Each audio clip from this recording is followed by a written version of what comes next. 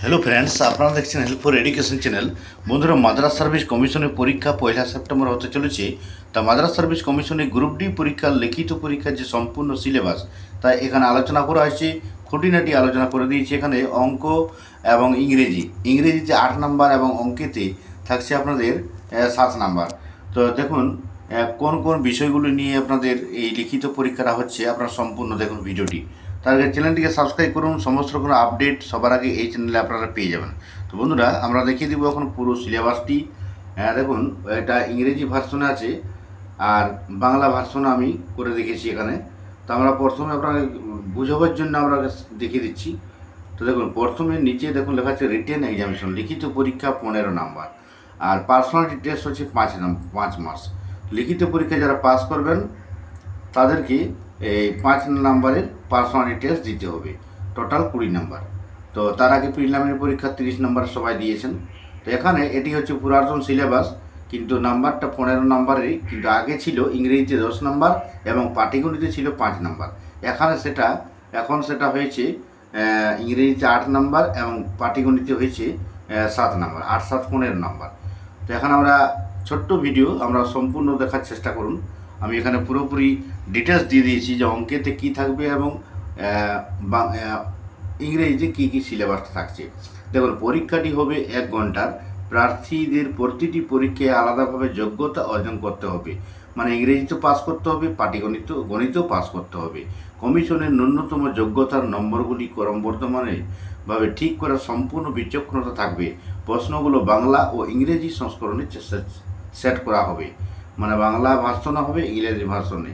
তো আমরা প্রথমেই জেনারেল ইংলিশটা দেখিয়ে দিচ্ছি। দেখুন, ইংরেজিতে যেটা থাকছে সিলেবাসটা দেখুন। Candidates understanding of the fundamentals of the English language such as vocabulary, মানে শব্দকোষ থাকবে, বিভিন্ন ওয়ার্ডসের মানে থাকবে। সেই ওয়ার্ডসগুলি নির্দিষ্ট জায়গায়, যেখানে উপযুক্ত জায়গায় বসাতে হবে। শব্দ কিছু দেওয়া থাকবে, ওয়ার্ডস কিছু দেওয়া থাকবে। এরপর আছে গ্রামার, বিভিন্ন রকম গ্রামার থাকতে পারে, article, preposition, number, singular number, plural number.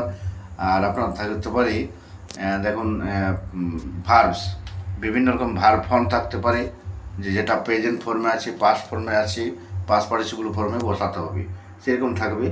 আর থাকবে সেন্টেন্স স্ট্রাকচার, সেন্টেন্সের গঠন, present, past, past participle, past tense, present tense, future tense, এগুলি সেন্টেন্স গঠনের মধ্যে পড়ছে। আর সেন্টেন্স গঠনের মধ্যে যদি বলা যায় তো কোন sentence assertive, imperative, interrogative, imperative আর অপটেটিভ, এগুলি থাকবে। 5 প্রকারের যে সেন্টেন্স, এগুলি থাকবে। আর সিনোনিমস বলতে বলেছে প্রতিশব্দ বা সমার্থক শব্দ, আর অ্যান্টোনিমস হচ্ছে বিপরীত শব্দ। অ্যান্ড ইটস কালার্স ইউসেজ, এটা হলো ইংরেজি সিলেবাস, দেখতে পাচ্ছেন পুরো সিলেবাসটি। তাহলে বিপরীত শব্দ, সমার্থক শব্দ এগুলি থাকছে ইংরেজিতে। সিনোনিমস, অ্যান্টোনিমস, সেন্টেন্স স্ট্রাকচার, বাক্য গঠন থাকছে। তো আর ভোকাবুলারি, গ্রামার, এগুলি হলো। এখন আমরা দেখে দেব পাটিগণিতে কী কী থাকছে। দেখুন, গণিত বিষয়, এই উপাদানের প্রশ্নগুলি সরলীকরণ, দশমিক ভগ্নাংশ, এলসিএম, এইচসিএফ, গড়, অনুপাত এবং অনুপাত, শতাংশ, লাভ এবং ক্ষতি, ছাড়, সরল সুদ, সময় এবং কাজ, সময় এবং দূরত্বের প্রশ্ন সহ সংখ্যা পদ্ধতিকে কভার করবে। তো বুঝতে পারছেন, এইগুলি থাকছে পাটিগণিতের সিলেবাস। সম্পূর্ণ আপনার 7 8-এর ক্লাসের যে পাটিগণিত বা 9 10-এর যে পাটিগণিত, সেগুলো পড়লেই যথেষ্ট হবে। আর এই যে ইংরেজি যেটা বলা হচ্ছে আর্টিকেল, প্রিপোজিশন, এগুলো গ্রামারের মধ্যে পড়ছে। সেন্টেন্স স্ট্রাকচার, সিনোনিমস, অ্যান্টোনিমস সব কিছু কিন্তু আপনারা পাবেন 7 8-এর 9 10-এর সিলেবাসেই। আর ইংরেজি ভার্সনে এখানে পুরো ডিটেলসটা দিয়েছে, দেখতে পাচ্ছেন ইংরেজি। তো অ্যারিথমেটিকে যেমন একবার বলে দিলাম, যারা বাংলা বুঝতে পারছে না তাদের জন্য এটা।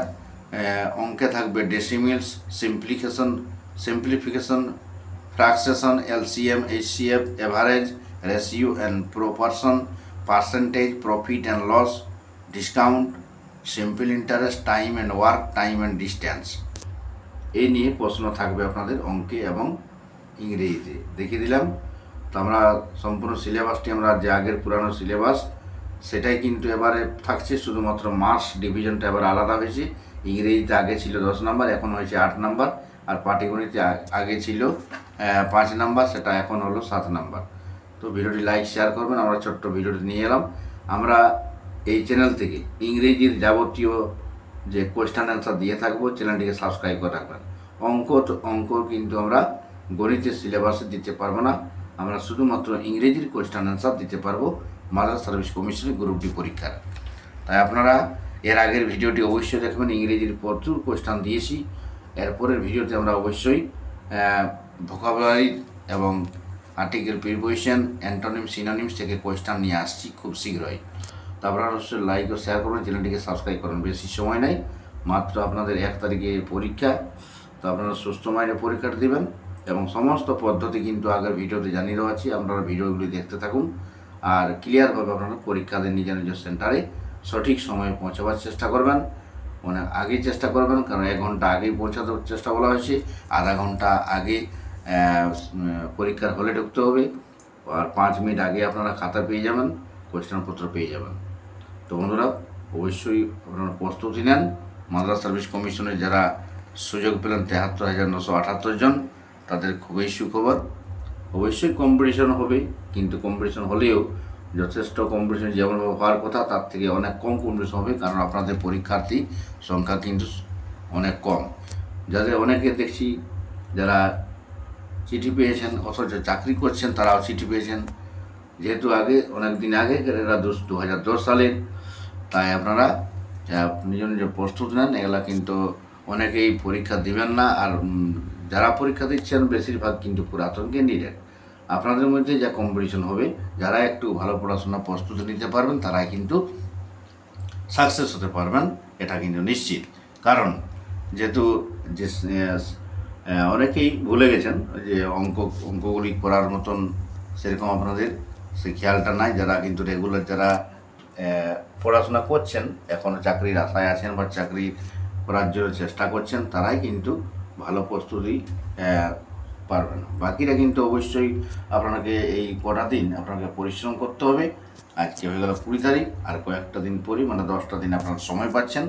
তো এই 10টা দিনে যতটা পারবেন কভার করতে আপনারা কিন্তু লেগে থাকুন। ইংরেজি এবং অঙ্কের দুটো সিলেবাসে কিন্তু আপনারা কভার করার চেষ্টা করুন যতটা সম্ভব। আপনাদের যেগুলি আপনাদের দেওয়া হচ্ছে, যে মেন পয়েন্টসগুলি ইংরেজি বিষয়ের, আমরা ইংরেজি বিষয় দিচ্ছি, সেই ইংরেজি বিষয় যতগুলো দেওয়া হচ্ছে মোটামুটি সেইগুলি প্রশ্ন যদি নাও পড়েছে সেই রুলস অনুযায়ী সেইগুলির মধ্যে অনেকটা আপনারা কমন পাবেন আশা করছি। তাই আপনারা খুঁটিনাটি কিন্তু পড়ার চেষ্টা করুন যতটা পারবেন। ইংরেজি 7, 8, 9, 10-এর যে গ্রামার, সেই গ্রামার বইগুলি পড়লেই আপনাদের যথেষ্ট হবে। অ্যান্টোনিম, সিনোনিম সেগুলি সাধারণ, আর্টিকেল, প্রিপোজিশন আর প্রেজেন্ট, পাস্ট পার্টিসিপল ফর্ম, ভার্বের যে বিভিন্ন ফর্ম থাকে সেগুলি, এবং টেন্সটা ভালো করে পড়ে যাবেন। টেন্সগুলি পড়লেই আপনারা কিন্তু পারবেন ইংরেজিতে কভার করতে। আর তো বন্ধুরা, যা আমরা আপডেট পেলাম, এই যে সিলেবাস, যেটা পুরাতন সিলেবাস ছিল আগের, সেটা আমাদের কাছে আমরা পেয়েছি, সেটা দেখুন। তো এখন যেটা নতুন সিলেবাসটা একই আছে, শুধুমাত্র মার্কস ডিভিশনটা, যেটা জেনারেল ইংলিশ আগে ছিল 10, সেটা 8 হয়েছে, এবং অ্যারিথমেটিকে সেটা হয়েছে 7। তো যথেষ্ট। আপনার ভিডিওটি লাইক শেয়ার করুন, চ্যানেলটিকে সাবস্ক্রাইব করে রাখুন। Thank you.